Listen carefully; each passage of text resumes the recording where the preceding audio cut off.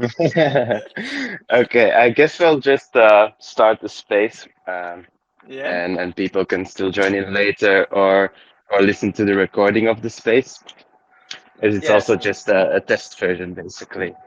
Um, and let me just quickly present myself. I'm Oliver. I'm marketing manager for PermaVision, and I'm also a big contributor to PermaDAO, and we're building out the English community at the moment. And I've got my friend Daniel here with me, who I've actually met at the campsite of Tomorrowland. It's a very fun and long story, and we became very good friends because we have a shared ambition and drive to learn a lot of things in life. And when I joined Arweave, the Arweave ecosystem, I basically started dragging Daniel along with me and then pushing him to research the ecosystem and the industry. And I think at the moment he would already know as much as me. So I will give the word to Daniel and let him give a bit more explanation about himself. Yeah, thank you, Oliver. Yes, I'm Daniel. I'm Hungarian. I lived in London.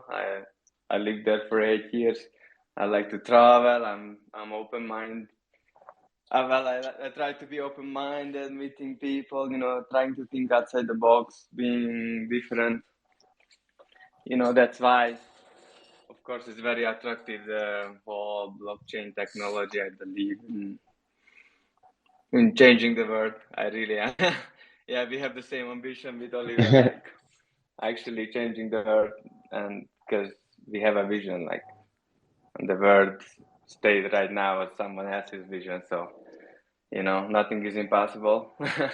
And we're all young and we have energy Yeah, and we love it. We all have passion. Passion is all you need.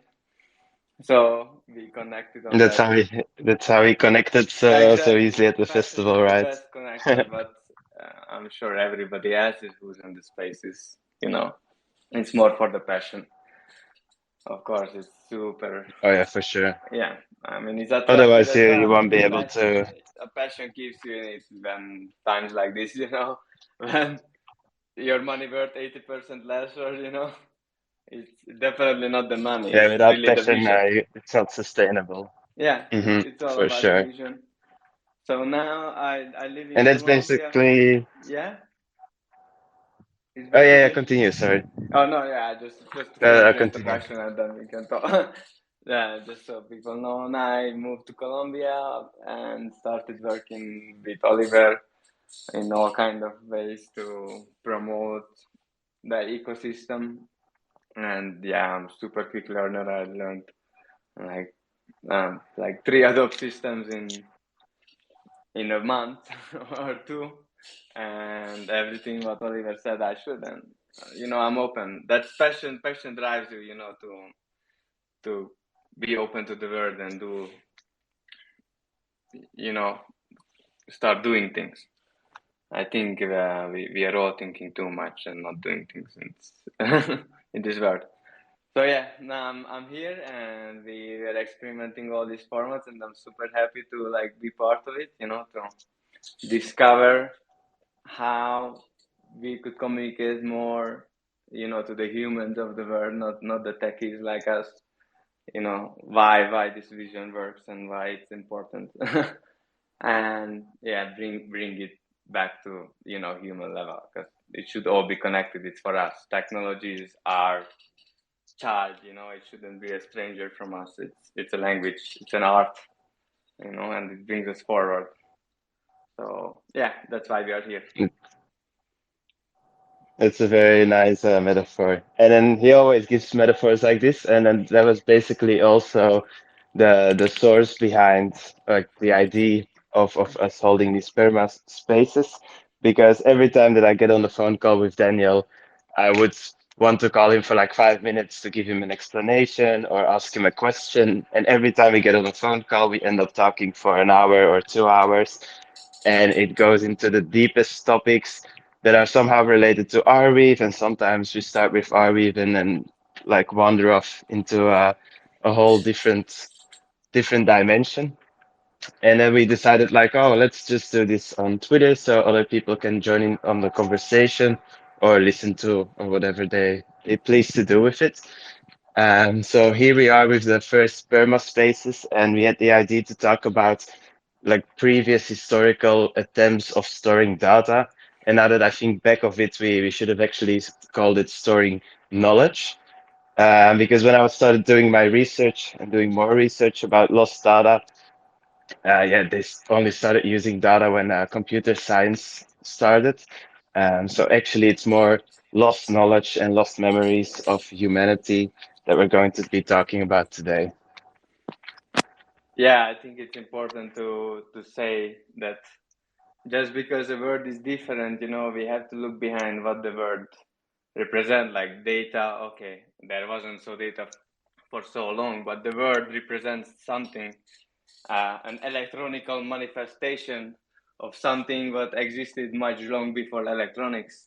So data, knowledge, information, metadata, the things that drive us, rules, physics, what was always been, it's all the same thing, knowledge, ancient knowledge, like higher knowledge of the nature, knowledge of the nature.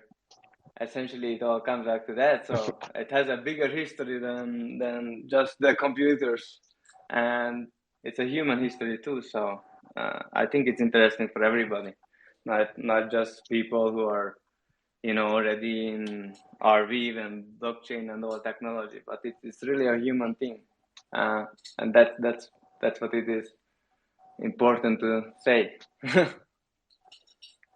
Yeah. Yeah, for sure. It really also caught my attention because prior to working in the Arweave ecosystem, I was working for Internet Computer, and this was much harder to explain it to people and friends around me that weren't in the industry. But explaining Arweave is kind of easy, not on the technical level, but at least the goal of Arweave is very human and very easy to explain to people that are not technical. Because I think everyone has had the struggle, including me, of storing data, losing data, lost memories, or like memories that you would find again after years. And the best examples were probably like before the clouds, when you would lose your phone, you would lose all of your pictures and all of your contacts, messages, and everything that the device basically stored. So a phone wasn't just the monetary value, but it was also the data value. And these days, we've been trusting clouds to give you a sense of security, basically holding on to your data even though you lose your device. Um, but of course, a cloud is not permanent and it's not immutable, so it's not really the best solution.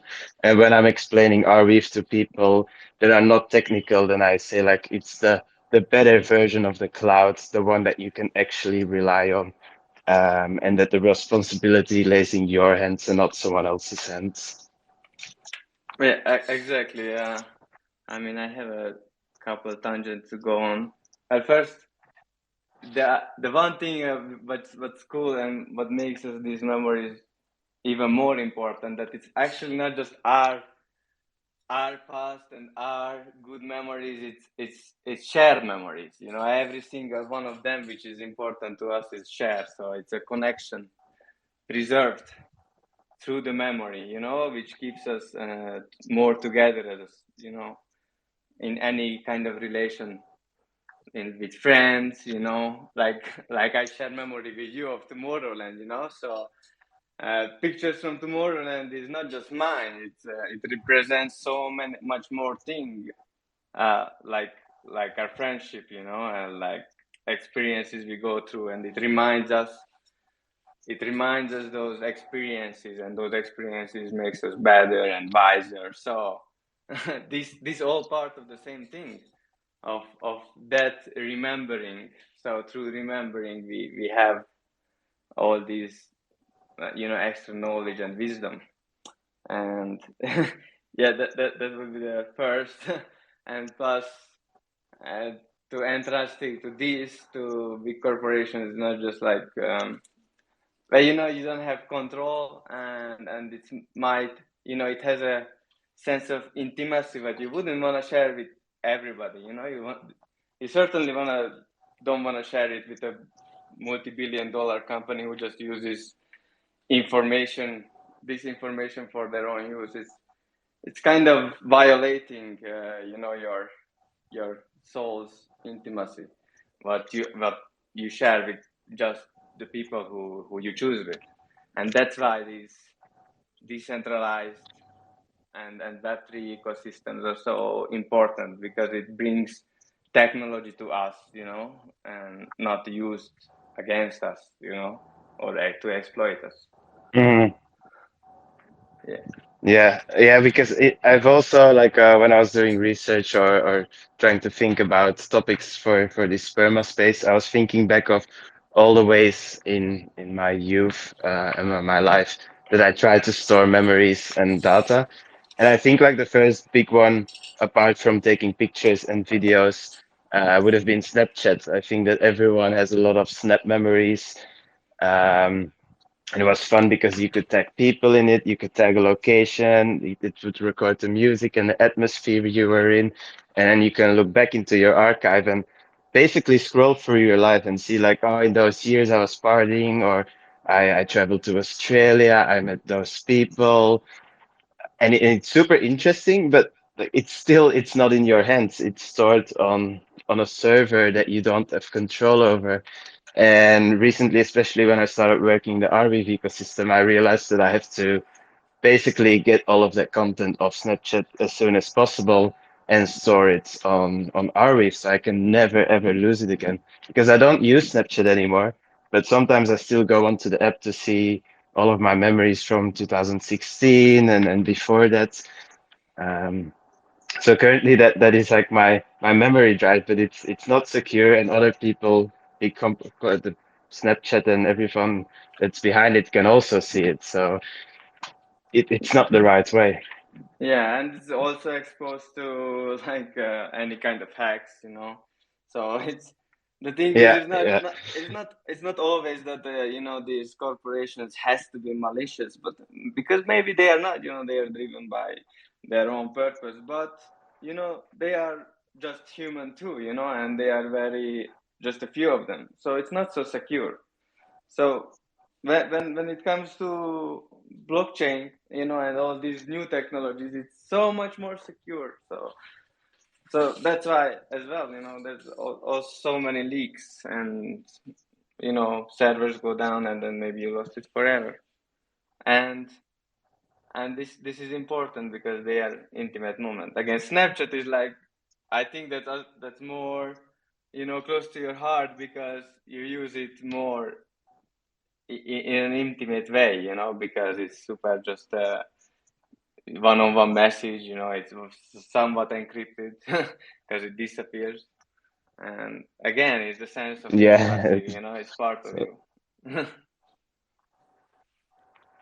true, yeah, and it's also like at that time it was like the media that everyone was using to communicate with each other. And I think that now the big one is Instagram. And I also still catch myself on saving memories to Instagram. And the big reason why I'm saving memories to Instagram is because you can put the music on top of it. So it's integrated with Spotify, and you can always add songs to the picture or the video that you want to save into your memories basically. And Yeah. I really love music, and I always like connect music to certain memories or time of my life. So I'm looking for like a very good way to do that somewhere outside of Instagram that is still super convenient and just straight away upload it to Yeah. Arweave. But that's actually super good an example, these memories, because like Instagram has this super smart function that you can put your memories on top of your profile. And this kind of represents that, the importance of the memories you have is part of you, So Yeah, so it and you makes can sense show that, like you yeah, can because dis you put it on the top of your profile, the is above your pictures. So that it says to you and everybody else that these memories are so much, close to you, because that's why you need to put it on the top. And that's why it's important to have them. And it's super good because exactly on Web3 is even more like this. Every data of yours is part of your profile. your wallet, your AR address. You know, your whole every information is part of you. So that's why it's just more of the future, you know, more what we love already. We love already Instagram, so we're gonna love Web3, you know, because Web3 is more like that. That every piece of information of yours is part of you, you know, and all of this metadata, every interest of yours, everything you're passionate about is more part of you than the information of your name or where you work, right? Yeah, and Web3 allows you to choose whom you would share this information with and Exactly. in what degree you would share the information with. Because with Snapchat, the problem is like, okay, people can make different profiles, a private profile, or they can select close friends in their list to share certain stories or memories with certain friends. But you're still all on the same platform that is not decentralized. Exactly. And with this, This, you're so multifaceted, you know, and so unique, then you can just, you know, find people you're on the same wavelength on, you know, because it's Mhm. exactly so minute frequency, you know, it's like you really have your own vibe. It's vibration, you know, that's why it's such a hype word now, because vibration is so real, you know, we feel it that the resonance is what matters, you know. Yeah, and especially like also these days, if you rely on platforms like Snapchat or Instagram to store your information or your memories, and then one day you say something wrong in a comment or you have an explicit post of some kind and you get banned for some kind of reason, whatever reason, you lose all of your memories because you can't access your profile anymore. And I can tell you out of experience, getting data back from a Web2 company is a big hassle, and most of the time the data doesn't But arrive in the way you would expect it to. yeah, it's super true, because that this censorship, you know, is like you have to measure yourself, you know, you don't even get your authentic self, and you need to be afraid, you know, who you are, and the data is used against you. It's a super dark side right now of the Web2, you know. It really ran its course, I think, and we really need to be like authentic, not to be afraid who we are, you know, not to, you know, hide, and just be happy, you know, and not to be worried about that everything we do is used against us. And, you know, if you say the bad word, or, you know, you're misinterpreted, then you're gone, you know, and you're not safe. Your identity is not safe. It's a fragile entity, and it's not even true to who you want to be. So um, that's why these new solutions are super exciting, you know, that you really own your, you know, your own self, your technology self, you know, your Hmm. virtual self, you know, it more represents you and you more own it, you know, you have full control, and it's amazing. Yeah, and I think, like you said, misinterpretation is a very big thing. Because also, like in Web3, we're all speaking English, but most of us don't have English as their native language. Like my native language is Dutch, and Daniel's native language is Hungarian. So like we still have a lot of room for miscommunication because we would have learned other words of English to describe a certain situation or a certain part about yourself. And there's a lot of language barriers still there. Like even though we can perfectly communicate, there's still a lot of room for misinterpretation. Yes, yes, that's why it's very important to have a more, you know, rounded, you know, data set about the person. If you know, because then misinterpretation is kind of like you don't understand the whole context, or how it's meant to be said, you know, because every person is talking in its own bubble, you know. So, you know, maybe they have different definition, or they have a different perspective because they came from a different way.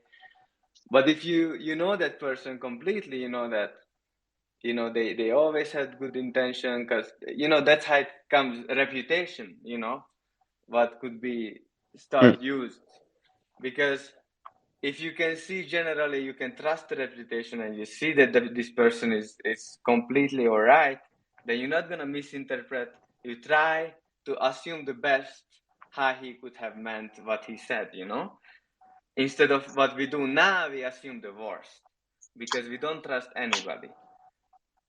And if we could trust, if we would have the freedom to trust each other on first encounter on the internet, on the new world, on Web3, then imagine, the possibilities and the more, calm and when we can trust, and we don't need to assume the worst. We can assume the best, like, oh, okay, he just said it this way, or, you can even see the other people's mood or feel it, and like, okay, today he has a bad day. So, you wait everything and you go on. And it brings us so much more close, so much closer, because we spend so much energy on all this negativity, and this fight and assuming the worst, it's crazy.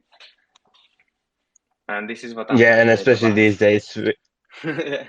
with AIs, it will only become harder for people to judge if someone is real or genuine, because they can just use ChatGPT, for example, to give them a completely different tone of voice when they're conversing with someone, and use AIs to convince them of who they are, but they're actually not, of course. Yeah, well, exactly. So also it's hard to trust people, and it's also hard to even believe that people are people. I think that's like the trust minus one, when you can't Hmm. even believe that the other is a person, and it's even worse because it's a real threat. So, but again, for that is a very good solution.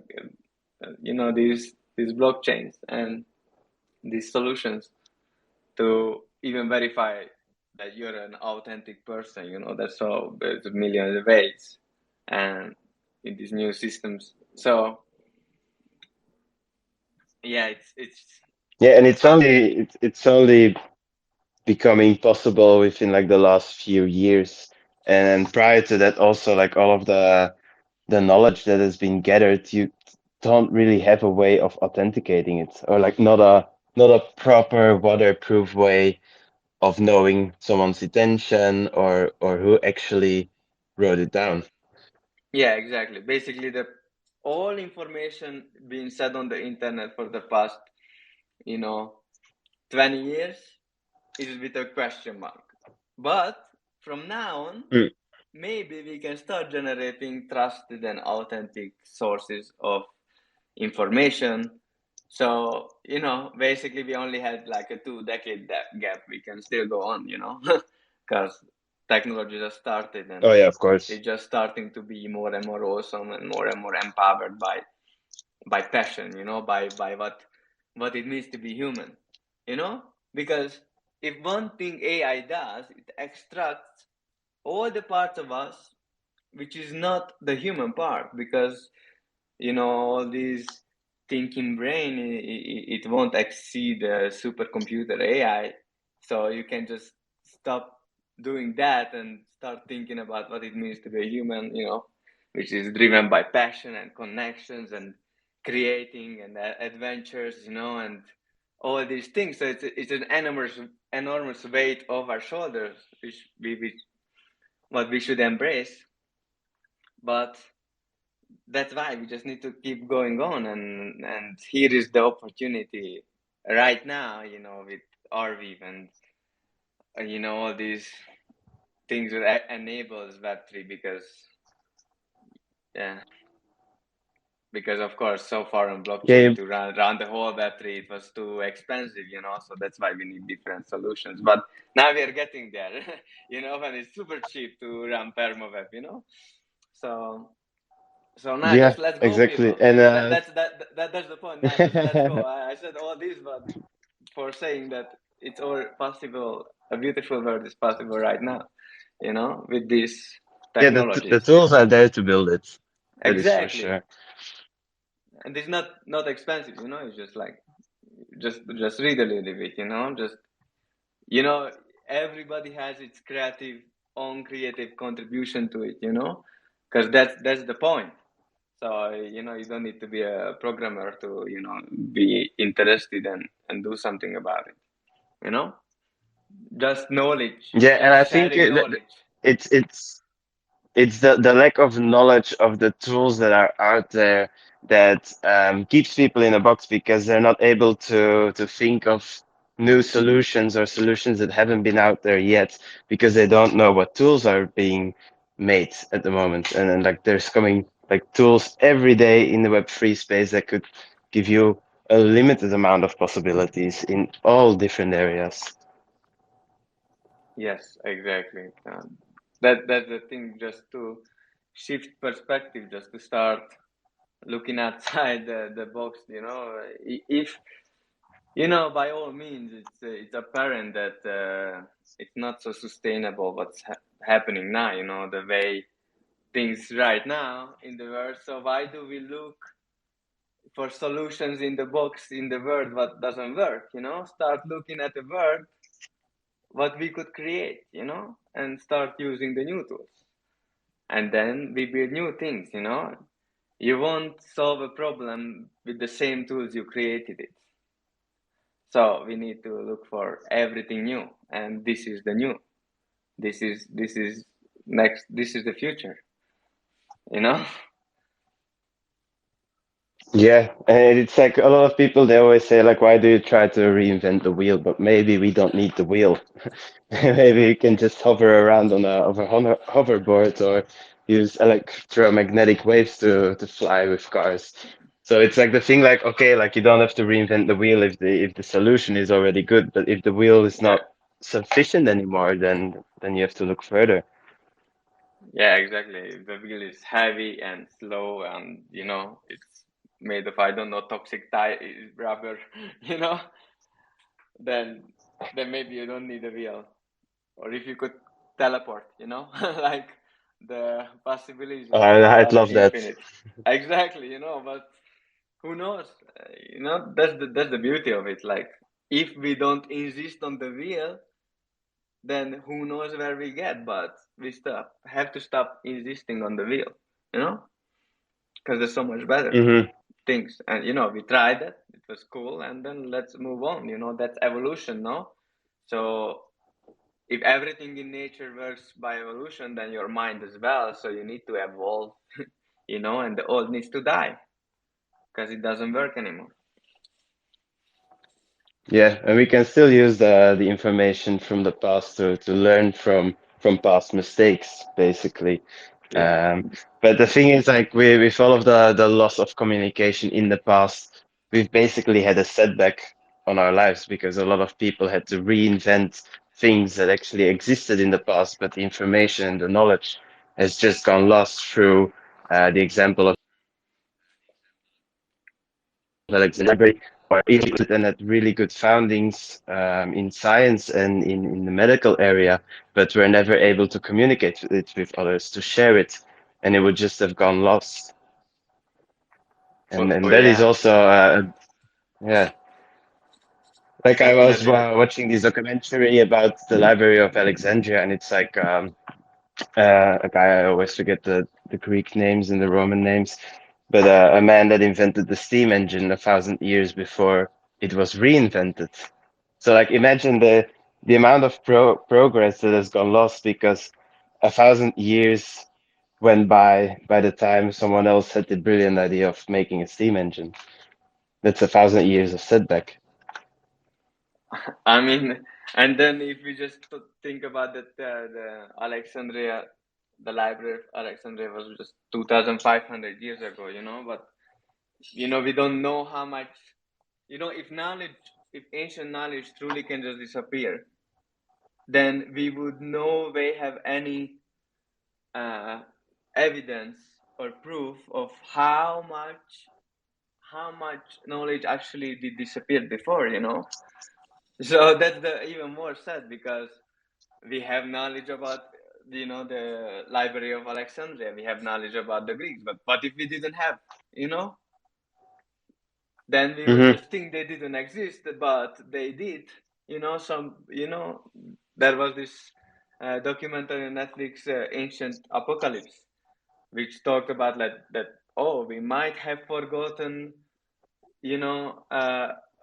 an whole other civilization who was on the coast, like 13, 14,000 years ago, 15,000 years ago, before like some cataclysmic event, and there's just like very little information which might, like some data or knowledge been preserved from some of these people. But again, even what if there was something 50,000 years ago, what if there were a whole different intelligent dinosaurs, I'm just, it's how I'm joking, but we would never know, Going very deep. we would never Yeah, know, you don't know.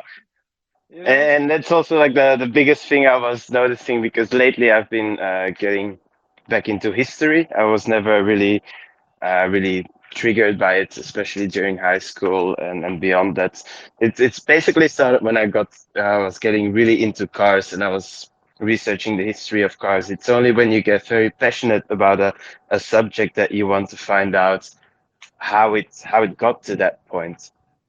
And every time that you look up history of something that goes beyond cars, because cars are pretty recent, then all of the times it's assumptions because like you see different sources and one source says like, oh, we're certain about this, and the other source says like, oh, we thought it was this, but it's actually this, but still no one is certain. No one was actually there to film it or to see it or to vouch for the fact that it's real, that it happened and that it happened in that way.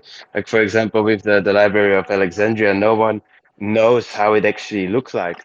So they can only assume that it had a certain style or a mix of certain styles and that it must have had a certain um, dimension because it had to hold all of this knowledge. But for the rest, they don't know anything. And it's very interesting. I mean, yeah, that's how information itself, it's really like stored energy, for each human being or like the civilization. The more you have, the more, you know, the more motion you have, the more you proceed. Like right now, we can do so many things because of the knowledge we have.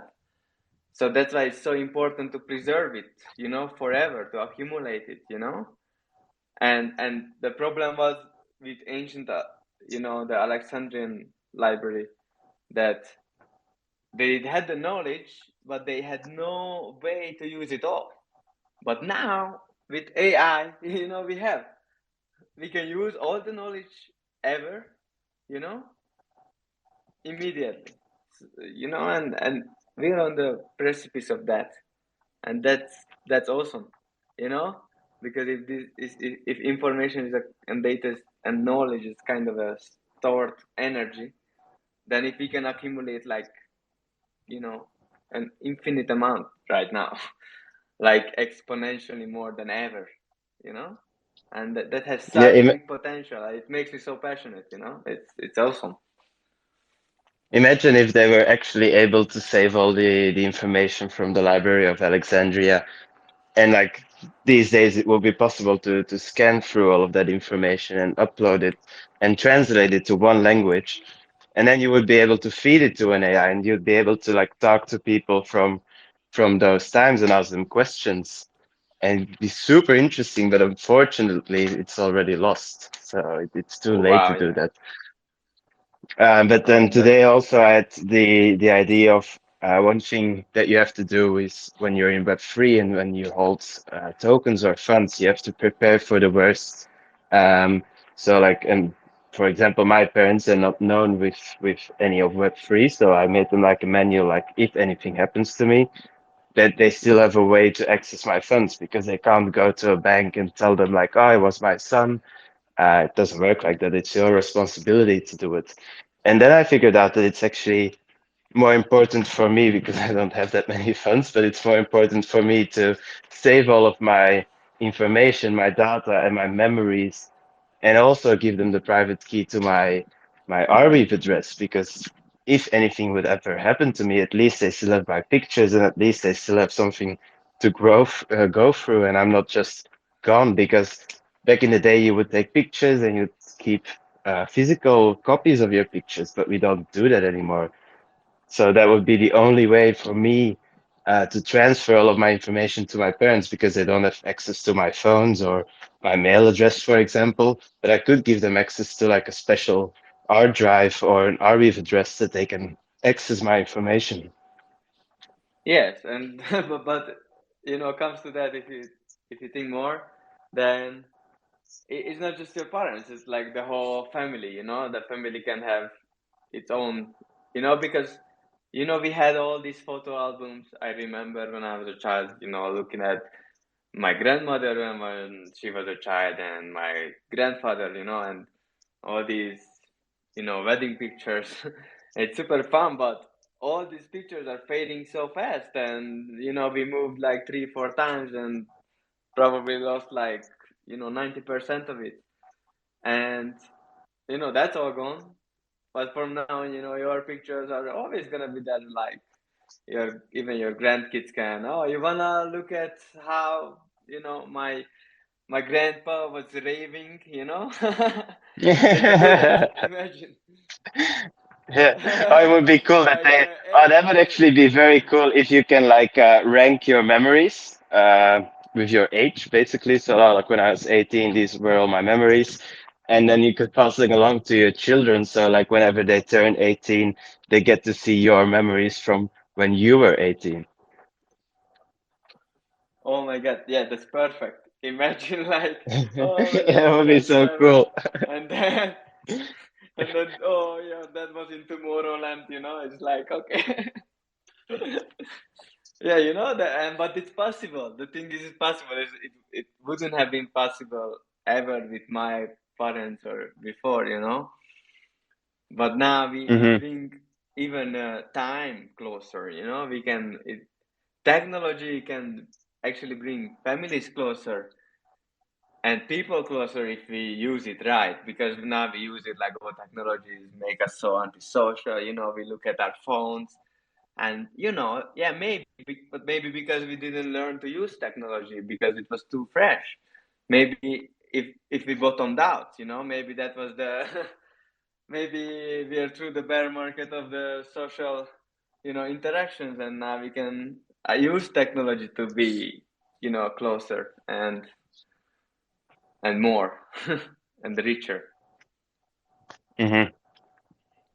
Yeah, yeah, it's definitely true. And like for inspiration for this space, I went to my grandparents because, of course, I was like interested. Like, well, let me think about like how they were storing memories and everything. And of course, it's pictures that are pretty limited in their case. But my grandmother, she has a diary. She's always kept a diary since she was young. So now I have the goal to scan through all of this entire diary and also upload it to Arweave so we can keep it in the family for forever, basically. And then actually like the information that is from your family, you can pass it on to your children and to other parts of the family, and then it can keep on living. But if you, for example, Yeah, trust a drive to do it or a physical way to store data, then you always have the risk of it getting tampered with or accidentally destroying or losing it or forgetting to pay for cloud storage, for example. yeah, that's ruthless. Imagine you just like you've been on, I don't know, an island for a month, partying, and you forget to play, and then you pay, and then you come home, and oh, all your memory is gone. Like you didn't pay. Yeah, Exactly. and that would still be your fault, for example, like you go partying on an island and you forgot to pay, like it's in your hands, but there can be like an electricity outage or apocalypse type of thing that happens for a month, for example, Oh, and you forget to pay once and it's like it's gone, like all of your memories that you put in the hands of this cloud provider, trusting it, and then or like they have a technical failure. It's all possible because it's centralized. yeah, exactly. It's so many, like infinite amount of things could happen to one thing. you know, or just a couple of, points of failure, like, oh, okay, 2 servers or 3, but not like a 10,000 servers, that's not gonna go away. So Yeah, that are yeah, there's spread a all big over the world. difference. There's a big difference in decentralized networks. That's the point, like we are the many, No Hmm. one big corporation gonna be more than us if we actually can collaborate. They are only better and more successful now because we didn't learn the way to connect one on one to everybody. But we can learn, and it's awesome. I mean, okay, it's just inspiring. I feel, that Yeah, I can hear it in your voice that you're inspired. Yeah, yeah, Always yeah. optimistic. Yeah, You got to be, man. otherwise life is very sad. I mean, those who listen, I'm not always just jumping around in my house, that I'm so smiling and happy. But, I'm just when I'm starting to think about, go deeper into all these possibilities. Because otherwise, I always just, worry, uh, think about what can go wrong. But I realize that's the mistake we make, especially with like this kind of new technologies. Of course, there's so much risk because it's never been tried, But if we never try, we never make failure, then we don't progress, and then we don't get, further. Like, people they still don't trust crypto because it's like, or blockchain because it's all like a scam, and like because it can be used like that. Like all technology can be used bad, That's why we need to, be adult human beings. So just as in life, this optimism is just it's not foolish. It's necessary to have. Like you have to be optimist to try to do the better thing. You know, it's kind of like a moral duty. So yeah, Yeah. I You just can't really take my create moral beautiful duty very things. serious. Yeah, and you can't really create anything beautiful if you're pessimistic in life. Exactly, and then you're gonna, build bunkers. Like, okay, that's life for you. That's life for you because for me, one weekend with all my loved ones partying, or just even just being in nature, nah, that's life for me. Just living, and knowing that I made the world beautiful. Then, it was before me. And I mean, we have this choice. Just be optimist. Like, be the change you want to see in the world, right? Always, Exactly. and make the change then. And now we can at I least got, store the change. yeah. Now if we all can connect, then we all can, we can do big things together. There's so many. Pretty And great. now we just have to inform people that it's possible to keep your memories and your information forever and pass it on to Yeah, loved ones or and prodigies, it's for example. necessary, because your information is kind of your essence. Well, not all of you, but it's something what you can perpetuate. Even after you're gone, it's knowledge, it's energy. It makes us better. It's like what I said. Our past experiences makes us wiser. So everybody's past experiences makes the collective wiser. And imagine if we are 8 billion times wiser, and every new person born is already 8 billion person wise. Because it has access to all this data forever because it's saved. And I mean that's super beautiful. Yeah, and it's And I actually mean, true, like knowledge is more valuable than the money or any type of currency. And there's a lot of people that have been through a very interesting life and got a very interesting point of view on things. And imagine the value of this. Like, for example, when someone passes away, an artist passes away, for example, all of his art goes up in price. But imagine being able to give away or sell your memories. Like I've learned through a friend, Romain, he's also a colleague of mine, that he always saves like thoughts and point of views and realizations through voice messages. And then sometimes we share these with each other.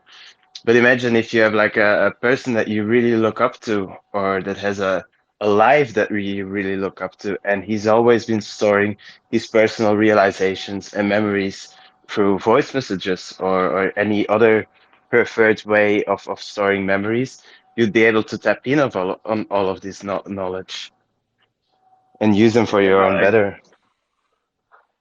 yes, and that's come to like even a higher concentration of information if you go to the human aspect, that we can store the human aspect, which cannot yet be reproduced, not just data, things we write down, language, but like if I can hear that person's voice, how their mood was, what they felt, emotions, you feel all that is, and that's saved forever too, like your essence as well to your family, they always gonna, if you make like recordings or anything you upload, all of your data is there forever. It's not just your profile, it's not a profile, it's really you. It's really you, how you feel now. That's and how you talk and communicate, that is kind of part of you, your spirit. And on the cloud, spirit in the, you know ghost in the Spirit in cloud. the sky. Yeah.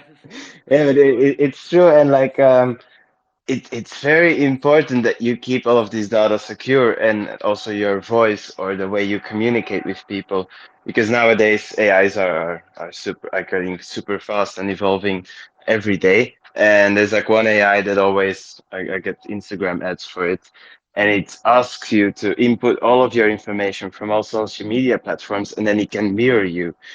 I'm not stupid enough to like give it all of my data, but the fact that the AIs are already out there, they just need the input of your previous data into social media apps, and they can completely duplicate you.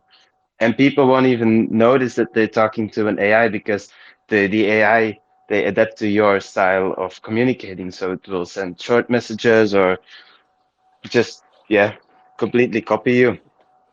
And if Yeah, you give plus, people or corporations access to this data, well, then they can abuse it as well.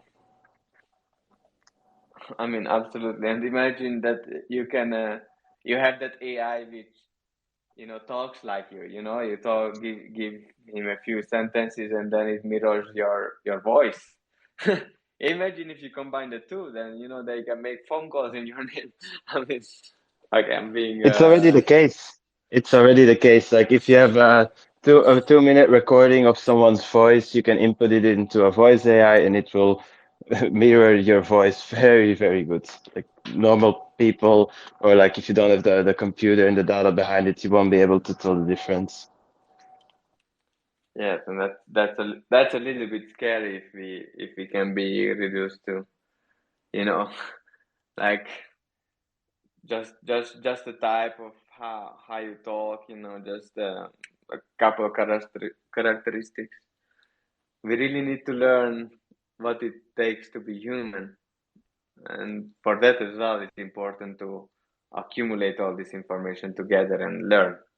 You know, but at least AI can help in that too. If it accumulates all the information, all what's out there, our essence, then at least we can subtract from our mind and see, okay, what it takes to be human. Like, I see it more and more that the most important jobs, or what humanity needs now is human. How to be human, how to connect, how to be passionate, how to get things done, how to create. Like, creators are super, like, it's coming up a little bit mainstream too, but it has a message that it's time to be more. Time to concentrate on the good things, passion. Yeah, and like you said in the beginning, like that's the good side of AI is that we don't have to worry about doing all of the thinking parts. Well, we can just like give our ideas to an AI and let it help us to realize them. Yeah, we should be proud, we are so afraid, like, oh my God, what we created, like, hello, like what we created, we made it, possible to just concentrate on the good stuff, we made it possible to make 90% of the jobs, unnecessary, and we can do so much more. So what's the problem? Why are we so, I don't know, just it always baffles me, like, what's the point? Like, it's better, it's supposed to be better, Yeah, huh? it's It's like supposed to be better, the guys. industrial. It's supposed to be, but it's also always supposed to be, right?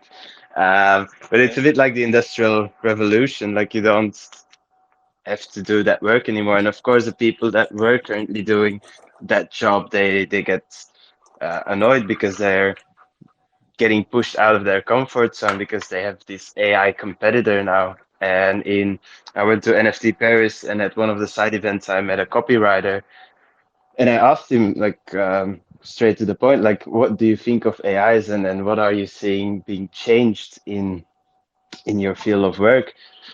And of course, he kind of like started going off a rant because a lot of people are starting to apply for his job position because everyone can just like become a copywriter, not become a copywriter, don't get me wrong, because copywriting is a very difficult skill, but at least they can have a very good attempt at doing copywriting and then getting the message along. And like he said, like, oh yeah, a lot of people are applying for job positions, but they're just using AIs, and it doesn't make any sense because Google is not ranking the results, so Google can still recognize the AI.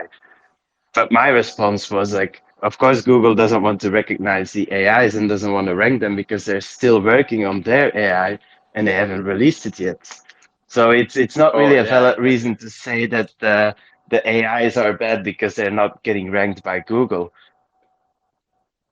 Yeah, I mean, but at the same time, yeah, in this proposition, you make it Google to give value to any content, So Yeah, if yeah, as yeah. a content, if as a copywriter, your biggest value is that Google ranks you, that's a very sad outlook to life, like, But unfortunately, that is like the KPI for a copywriter these days because that's the only thing that a business needs is that it needs to get ranked on Google. Of course, it doesn't make any sense because they'll put a lot of words in the article that don't have to be there. It's all a bit of extra information to get ranked and a lot of backlinks, and it's a lot of like wizardry to get your articles and your content ranked on Google, but it doesn't make any sense. yes, but in this way, the things that getting ranked is more of the same, because there's always a one way, one perspective, which is the mainstream, and then those words are and that perfect perspective ranks, you know. So it even loses actual value from journalism to write something outside the box, write your own perspective, do something new. And you know now that AI can write the most mainstream perspective because it accumulated everything, in maybe a different ways, but more of the same. Now, you know, real writers, content creators need to give, an authentic perspective. So yeah, it's super uncomfortable because you actually need to do something, connect with yourself and do something creative. But you still have a future if you just be more human, and give a new idea to the world. You contribute something.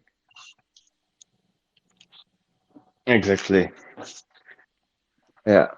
That's so true. My God, we always go on tangents. I was worried, Yeah, oh, what yeah, we we will really talk went about, but off then in the topic with end, this one. well, I mean, content create, yeah. Well, we are saving articles on Arweave, so it's the point of it. It needs to be more diverse. Imagine we're gonna if there's like 1,000 AI articles saved, that's huge waste of storage, and it's really diluting the pool. So that's a little bit dangerous, but that's why it's good, There's also if we make this kind of, yeah. hmm And like I wanted to say like a lot of people I come across at conferences or Web3 events, I would ask them like, oh, where are you storing your data and why do you choose that? And most of the time, it's the answer is because it's cheap or it's free. And then Arweave back in the day, it used to be pretty expensive to store your data on it, but nowadays it's so cheap actually. And even with like R seeding from Evervision, they're actually subsidizing projects to upload their information to Arweave. So it basically is also becoming free, especially for startups and emerging projects with good intentions. They can just apply for a grant and start uploading their data to a permanent blockchain that is super secure. And you can upload enormous amounts, because if it's not that sensitive, you just want to have it, then you can just super cheaply bundle together, bam, like Yeah, couple of yeah, gigabytes, that's it. big portions of data, and then just go, and it's there forever. It's like, my biggest problem with every service I try to use is that I need to make a decision for every single month of my life. That if I pay this money now, okay, in a year I still need to pay this money, and it's small increment, but nowadays everything is subscription, and it's really adding up, and I just really love the concept of actually paying for something and having it, like having it every Yeah, month. That's it. I pay and and the I'm thing is done. like I don't want to think we about it. we originate from this way of being able to buy stuff on the internet and then software like when I was a kid and you would want to have a software packet, you could just buy the software packet and use it for as much as you want and for as much as for as long as you like. Of course, at some stage it gets out of date and you would have to buy a new package. And this was also like the case with software for content creation, like Photoshop or anything to edit pictures. Like you would be able to buy the package and then use it for as long as you want. But now everything has been put in subscription. So I also have the problem of like getting a lot of small subscriptions left and right, but in the end of the day, it's adding up to such a big bill. And I don't want to add clouds to that. Like I know what data I want to keep forever, and I'll just pay for it once, and I'm okay with it. Like I know upfront, like okay, I'll pay this amount of money to store this memory for the rest of my life, so I'm completely okay with that. It makes so much more sense. But adding to exactly this topic, the other side of this, that you buy the software and then that version of the software, and you don't need to update if you don't want. Like, if you update, it has to be because the new version of the software is good, and that's exactly, on Web3 you can use any iteration of the software you want. So it actually came full circle, you know, from the development of this Web2 craze, that now everything is subscription. It's gonna come back, to actually just buying and owning. And the version you want, it works, it's fine, and subscriptions don't add up, because I hate that too. I can believe, and maybe you don't use it for a month, but then you know you said that you paid for a month, and then it's just, I don't know, such a hassle. I don't like to have subscription to existence every single month, you know, every single aspect of my life. I always need to produce something. It's inhuman, and frankly, it's unnecessary. So I think we should turn back a little bit. Yeah, no, I feel you. And especially like all of the time, most of the times, like you get the subscription for this one tiny feature that you want to use in that moment in your life, and you just need to use it, so you buy the subscription. And of course, you forget to cancel it by the end of the month, or it's like a free trial, and you think like, oh, there's no money on this prepaid card, like it will cancel itself after the trial, and then accidentally you put some money on the card, and you keep on going into this rabbit hole of unwanted subscriptions. Yeah, actually, and they make it so hard to subscribe. Like currently, I can subscribe. You know, I had like an old Apple iCloud account, you know, and I had like a subscription on it for Apple TV, and I couldn't cancel because I forgot the password, you know, some of the password, and they or not the password, but you know, if you need to cancel, you need to give this, you know, the name of your mother when she was 3 year old, you know, and had a dog, and and I just forgot, and the customer service was horrible. And I still didn't cancel it, and the bank doesn't cancel it, so it takes me £5, you know, for nothing, and I can't even log in. So I just, you know, a personal pain of mine, but you see, it happens to everybody, and I'm not even a Yeah, stupid luckily I don't person, have any Apple you know. products. Yeah, yeah, good for you. The customer service was awful, you know. I, Like I you I was ask my expecting problem like and I the to have. explain. Yeah, of course, the What you were customer service expecting? is always worse when you want to cancel something instead if you want to subscribe to Oh yeah, something. yeah, it's like, You get a different side oh of the my God, customer I hate support them. every time. Yeah, they just change the AI customer support to angry and unhelpful. You know? Yeah. They switch down the dial. It's like, okay, customer satisfaction can go down now. It's okay. It doesn't want to be a customer anymore. Exactly, exactly. Keyword, you know, if you know, cancel is in the, you know, you hear cancel, then it, you know, it turns it to the other side. I don't know. It's really devastating, man. It's really devastating. I'm Yeah. looking And forward then, to something where it simplifies again and we just pay once, you know, or we have something or don't have something. We have the technology or we haven't, you know? Because we mhm. should own it, Yeah, you I know? It's never, ours. I It's never have ours. a problem with paying for services, but yeah, keep on paying and not using it is a problem. And they are abusing it too because they always change it to be better for them, you know? They raise the price, you know? They make it a little bit worse to use the software, you know? Or they take more data, you know? It's like Yeah, you have no choice most of the because you times don't they have the just version of. they yeah, and instead of like with a lot of apps like Tinder, for example, like instead of bringing out new features for their users, they'll bring out new levels that contain new features. And if you want to unlock those new features, you have to pay more, of course. Oh It's yeah, so stupid. exactly. Pay to win, you know, or Yeah, like yeah, pay to win. dating apps. Everything has become pay to win. Or like dating apps. You know, it's like no, you don't use. You can use Tinder, you know, for dating. You have to pay at least a lot of money. You know, it's like I don't know. It's crazy. I just saw it and I deleted the app. Like, it's okay. I just meditate and make a relationship with the inner being of myself. Because I'm not gonna pay like Yeah, £50 a month. You know, like fuck you. that's a better It's way, like of you're course. paying for And prostitutes. You know, thank you. No, they are the biggest. They are the biggest pimps. They don't give nada to the customer, to the workers. yeah, and if you It's if you crazy. rely on customers paying every month, then you never want a customer to leave your platform. So it doesn't make sense for them to match you with the person that you want to match with because then they lose a customer.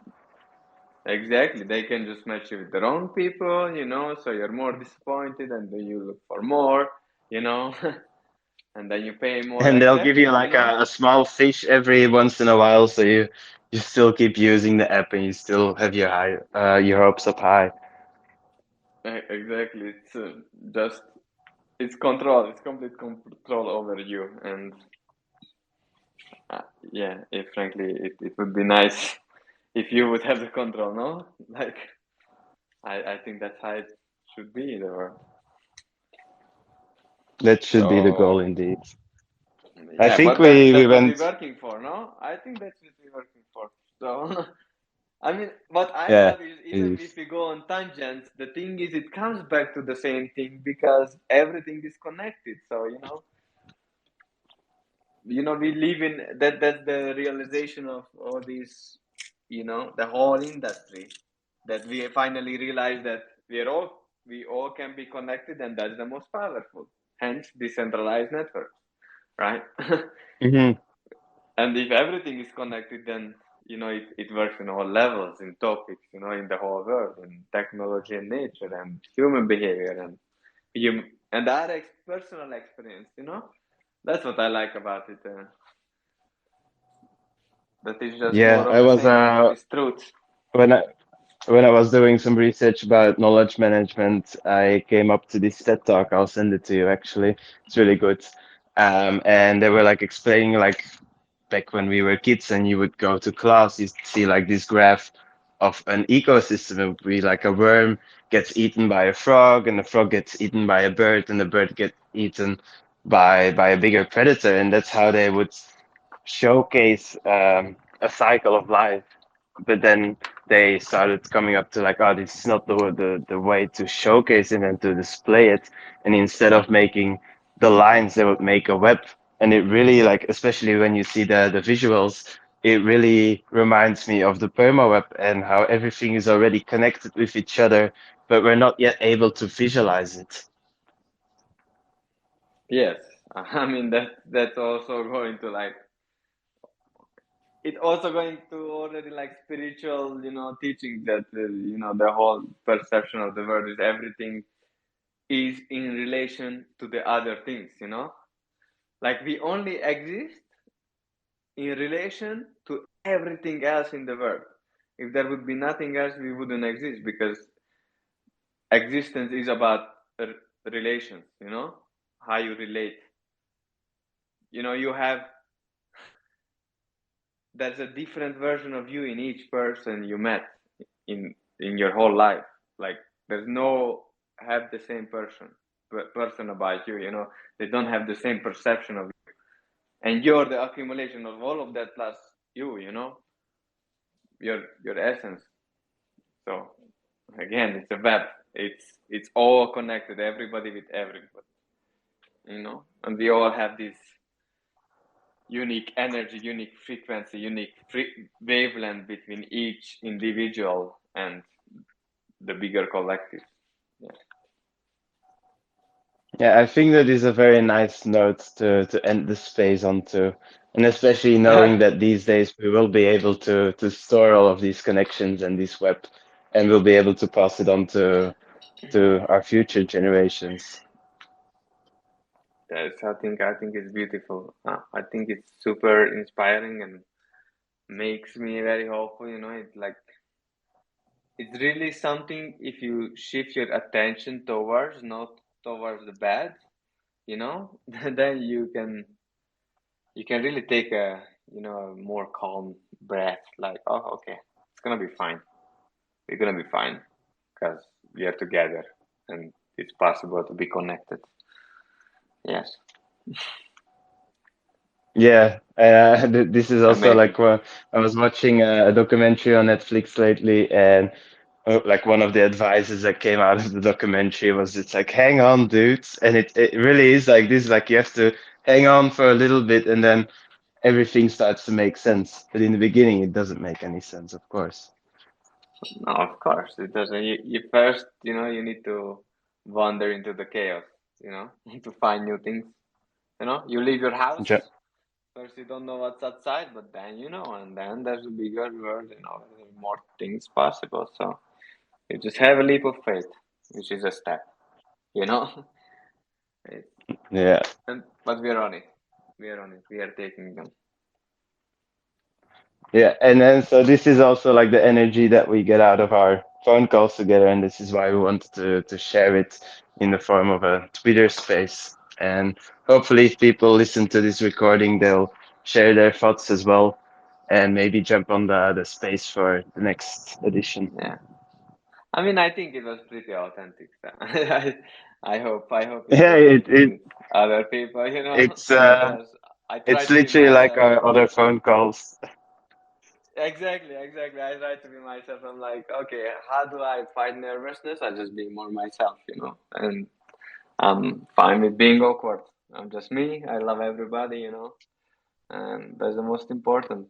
We can achieve great things together. So, but yeah, that's our Yeah. vibe in the phone calls for sure. When you just call me to explain how to make a Giphy, thank you. Oh, that's a good inside joke right there. We might have to Yeah, explain that next exactly. space. Yeah, we can. I think I love it. All right. Well, All right, I'm gonna end the thank you space for right this here. Thank you opportunity. so much for joining. Yeah, thank you for inviting. I really enjoyed it. It was awesome. Thank you. Have a good day. Yeah, I'll see you next space and in a few minutes another call.